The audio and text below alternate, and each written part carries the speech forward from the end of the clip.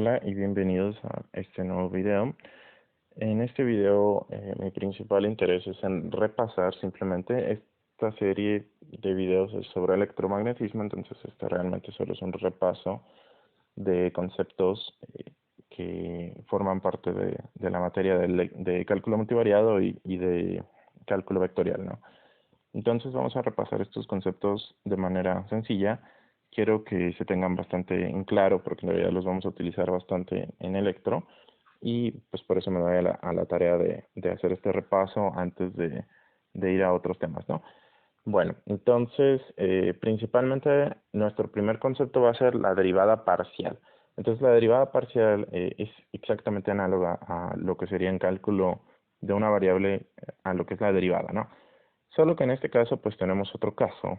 Tenemos que, digamos, podemos representar este, suelen llamarle usualmente un campo escalar, ¿no? Como una función de dos variables, ¿no? Que en efecto, si nosotros fuéramos a computar esa función, al fuéramos a graficar, se vería de esta manera, ¿no? Aquí no estoy delimitando si está cerrada o está abierta. En este caso, pues si está abierta puede ser infinita, ¿no? Y tiene esta forma, ¿ok? Entonces, la derivada parcial se define de esta manera, ¿ok? Bueno, se escribe de esta manera y se define exactamente como lo haríamos con la derivada en una variable, con la sutil diferencia que en realidad solo estamos teniendo, como pueden observar aquí, un cambio en x, en la coordenada en x, ¿sí? Que sería en efecto la variable x. Muchos suelen escribir, por ejemplo, este delta para que quede un poquito más claro, ¿no? En general la definición de Leibniz fue precisamente con el h, agarrándolo como una diferencia y obviamente el concepto de límite que ya posteriormente se define con un poco más de rigurosidad, pero digamos de una manera intuitiva el límite pues era la forma en la que llegaban a un punto en específico, ¿no? Y aquí es de manera análoga, ¿no? Es exactamente lo mismo. Si se fijan en la derivada parcial en y, es lo mismo, pero en un cambio en y, ¿no? Entonces aquí x se vuelve constante, como pueden ver, y el cambio se encuentra en y, que también le podemos poner delta de y, ¿no? Para ser más específicos. Y si bien en una variable lo que generaba la derivada era una recta tangente que pasaba por un punto, la derivada parcial va a ser exactamente lo mismo, pero con un plano. Entonces esto va a ser más interesante, ¿no? Va a ser muy interesante porque este pequeño plano que se acaba de crear tiene esa característica en específico, ¿ok? Y bueno, si se pueden dar cuenta, si ustedes recuerdan bien la ecuación del plano, pues en efecto esto es bastante representado mediante estas derivadas parciales, ¿no?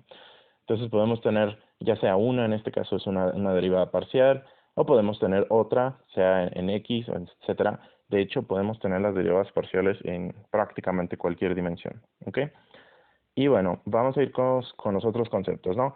Vamos a irnos con este concepto que lo podemos escribir de dos maneras. Este es el operador nabla, ¿ok? Entonces lo podemos escribir de dos maneras, lo podemos escribir como una combinación lineal, en este caso de vectores unitarios, que es i, j y k, o lo podemos escribir simplemente como un vector, ¿no?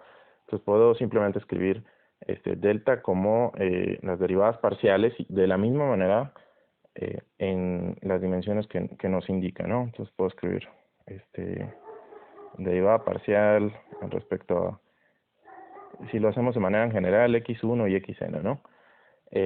Como un vector simplemente. Es lo mismo, ¿ok? Y bueno, en general esa es la definición del nabla, pero el nabla es un operador, o sea que lo que, digamos, lo que necesita para ser representado geométricamente es que esté operando sobre algo.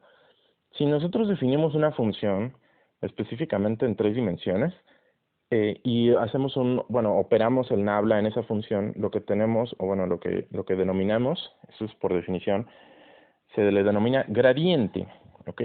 Entonces, gradiente se escribe nabla f, tal y como lo tenemos aquí. Entonces, ese es el gradiente, como lo pueden ver, actuando sobre las coordenadas, en este caso de un campo escalar f, que puede ser definido bien como de tres dimensiones, en este caso, ¿no? Entonces, puedo tener f, x, y, z, supongamos, ¿no? Entonces, se pueden dar cuenta aquí que aquí las derivadas parciales operan exactamente en esas tres variables, pero como se pueden dar cuenta, están en ese vector, ¿no? Y bien, aquí tenemos lo que le llamamos el operador laplaciano. Este va a ser bastante importante, sobre todo para las ecuaciones diferenciales parciales, tal y como lo es el caso de la ecuación de la onda o de la ecuación de calor, ¿no?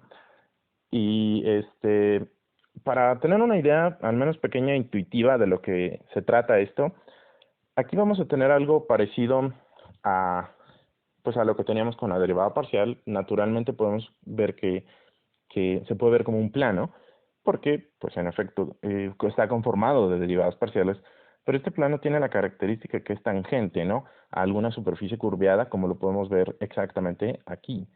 Como se pueden dar cuenta, hay cambios en todas las dimensiones, en este caso, puede ser cambios en las dos dimensiones. Si se fijan, el gradiente no tiene por qué estar necesariamente en tres dimensiones, sino en todas las dimensiones que se tenga en este campo, ¿no? El gradiente puede ser definido de manera general en xn, que es lo que quise dar a entender aquí, por lo que en realidad lo único que vemos es esa acumulación de cambios, ¿sí? Que es la que vemos aquí, por ejemplo, y aquí, ¿ok? Entonces, visto de esta manera, podemos tener esa idea de tener ese plano tangente a alguna superficie curveada. Eso es muy útil y quiero que lo tengan bastante en cuenta, sobre todo cuando veamos otros conceptos un poquito más avanzados, ¿no?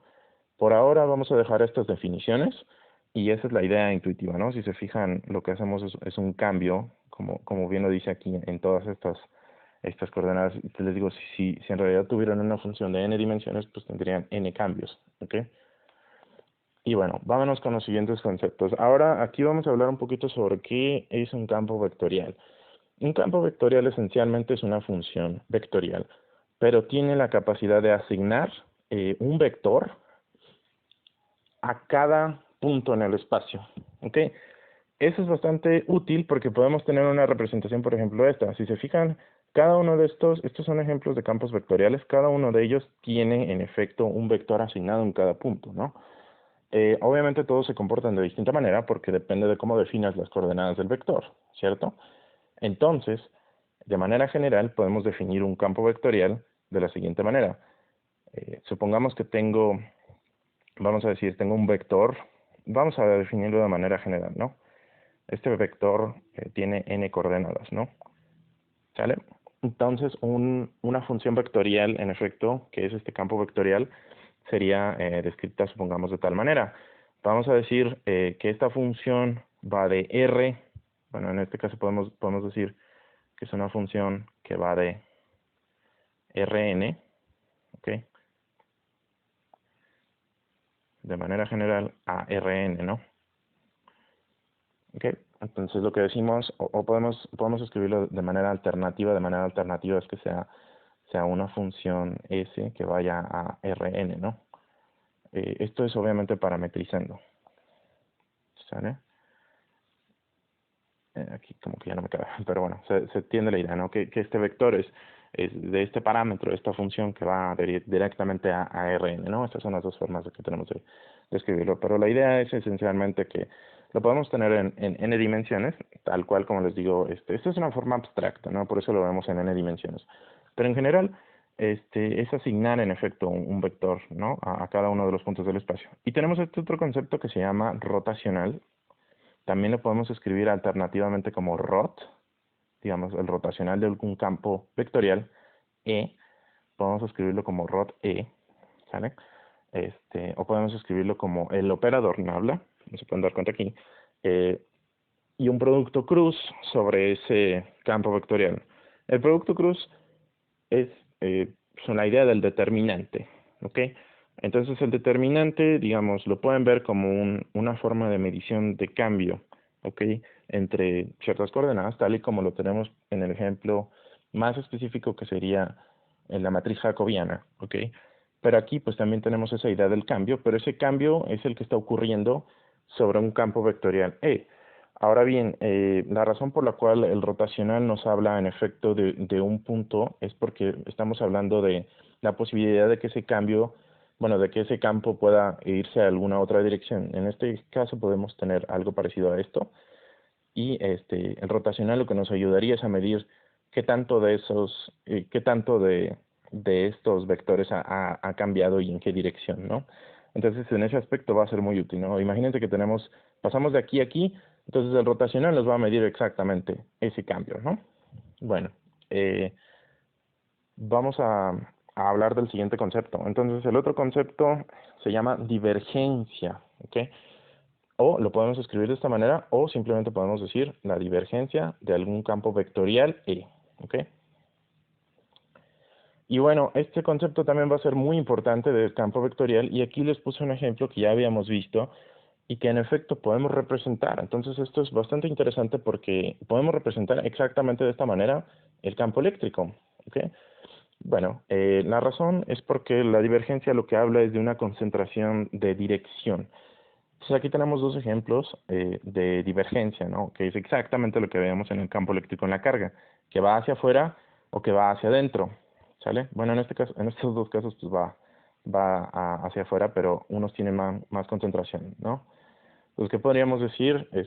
Que es completamente equivalente en este caso, ¿no?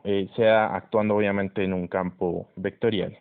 Y como se pueden dar cuenta, pues también tenemos las diferencias, también tenemos el operador nabla, pero en este caso actuando de manera en producto punto. Eso va a ser bastante útil y sobre todo para redefinir lo que es el campo, ¿no? Incluso podremos redefinir, por ejemplo, la ley de Gauss, perdón, de esta manera en la que tengamos algún campo eléctrico y esto sea exactamente igual a entre epsilon cero.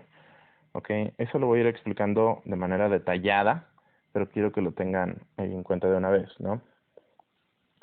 Y bueno, vámonos con la última serie de conceptos. Vamos a tener lo que es una integral de línea, que en realidad no es complicada de entender, pero es bastante útil. De la misma manera, tenemos una función de dos variables, supongamos, ¿ok? Esto es para un análisis elemental. Entonces, como pueden darse cuenta aquí, tenemos en efecto sobre esa curva, que está definida C, esa curva tiene cierta delimitación, ¿sale? La delimitación es C1 y C2, ¿no? Lo que tenemos ahí. De manera tradicional podemos escribir simplemente que esta función eh, es una función de algún conjunto C, que puede ser subconjunto o puede ser directamente el conjunto Rn y va directamente a R. ¿Ok? De esa manera lo podemos expresar, ¿no? Siendo que esta curva C, en efecto, es un subconjunto de mi conjunto U, ¿sale? Entonces, definimos esta curva como C y decimos, bueno, pues es en efecto subconjunto de mi conjunto U, ¿sale? Y bueno, en esencia, en este caso de dos dimensiones, pues vemos que tenemos dos cambios, ¿no? Este delta de X, bueno, esencialmente, pues es el pedazo infinitesimal de la coordenada en X, ¿no? ¿Sale? Y pues es en Y. Lo que tenemos aquí es si se fijan, tenemos algo que le denominamos como el diferencial de nuestros módulos, ¿no? Porque lo que queremos es medir exactamente todos estos módulos que están sobre la curva, ¿ok? De hecho, de manera alternativa lo podemos escribir, digamos, si agarramos un parámetro, pues simplemente lo podemos escribir de esta manera. Podemos escribir que es el valor absoluto de alguna función de parámetro, en este caso t, y de esta manera, ¿no? Y bueno, de hecho podremos reescribir esta integral, y esto nos va a ser bastante útil. Lo voy a reescribir de esta manera para tenerlo ya completamente definido de manera general, obviamente agarrando un parámetro t. Entonces lo que tengo es esto. La integral sobre una curva c, que es la que acabo de definir de esta manera, va a ser de alguna función, supongamos, parametrizada, obviamente por mi diferencial, que es exactamente esta parte, y va a ser exactamente la integral de mi punto A mi punto B, ¿ok? Si puedo tener C1, C2, eso realmente solo es algo que varía, ¿no? Voy a limpiar un poquito esta parte para tener un poquito de espacio para escribir, y bueno, entonces simplemente diré de manera general que pues puedo tener la función, ¿ok? rt de mi variable, obviamente, y el módulo de todos mis conjuntos, obviamente por el diferencial de t. Aquí ya no me alcanzó. ¿Okay? Entonces, la otra manera es simplemente parametrizar a partir de alguna variable, en este caso pues utilizamos t, ¿no? Pero en esencia lo que queremos decir es exactamente lo que está aquí, ¿no? O sea, lo que queremos decir es que, digamos, ustedes lo pueden ver de esta manera, de la que yo tengo una sombra, y esta puede ser una sombra directamente de esta manera, supongamos, ¿no? Estoy intentando expresar. Y como se pueden dar cuenta sería esa área bajo esa curva, pero esa curva es la que se genera mediante mediante una curva que no necesariamente tiene que estar en una dimensión, ¿no? En un X, sino que puede estar en 2 o en N, etcétera, ¿no? Y eso nos va a servir sobre todo cuando las juntemos, ya sea alguna curva en un espacio vectorial, digo, en un campo vectorial, etcétera, y de qué manera podemos interpretarlo físicamente, ¿no? Eso va a ser bastante útil. Y bueno, entonces aquí tenemos el caso en donde podríamos tenerla directamente en algún espacio vectorial. Entonces eso va a ser bastante útil, ¿no? Vamos a definir igual, mi función vectorial sobre algún campo vectorial. Decimos, bueno, es igual subconjunto, puede ser directamente de Rn, y esta pues si va de Rn a Rn, ¿ok? Entonces esto va a ser bastante útil. Vamos a definir de esta manera intuitiva, pues simplemente sería encontrar desde un punto, y fíjense la diferencia, ¿no? Porque la otra está directamente aquí, no se pueden dar cuenta. O sea, lo que estamos midiendo es en esa continuidad de lo que sería nuestra función o nuestro campo escalar. Y aquí, pues no, en realidad solo estamos tomando en referencia a un punto y estamos encontrando todos estos módulos que están aquí. ¿Okay? Entonces, lo que hacemos es, en efecto, un producto punto porque se encuentran de manera ortogonal. ¿Sale? Y eso es exactamente lo que queremos. Entonces, si agarramos un pedazo de la línea, lo podemos representar de esta manera vectorial y, obviamente, sumando todas estas funciones, en este caso es una función vectorial de un vector, al sumarlas, pues lo que obtenemos en efecto sobre la delimitación de la curva, pues es la integral de línea sobre un campo vectorial, ¿no? Y bueno, de manera general, bueno, esta se representa de esta manera. Como se pueden dar cuenta, eso es bastante parecido a lo que hemos estado haciendo, ¿no? Entonces, aquí ya definí mi campo vectorial. Y lo que voy a definir ahora sí es sobre ese campo vectorial la integral de alguna curva cerrada. ¿Ok? Va a ser obviamente mi función vectorial que tengo sobre este parámetro. ¿Ok? Producto punto. ¿Sí? Y esto es exactamente igual, lo voy a escribir un poquito abajo porque no me va a alcanzar, a obviamente mi delimitación A y B, ¿ok? De mi función, pero en este caso pues voy a tener algún parámetro t, supongamos, por el producto punto, obviamente, de dos módulos y pues obviamente diferenciado ahora en mi nuevo parámetro, ¿no? Y bueno, pues este sería en efecto el último concepto. Poco a poco los vamos a ir repasando de manera detallada, pero bueno, hasta aquí voy a dejar el video en este aspecto.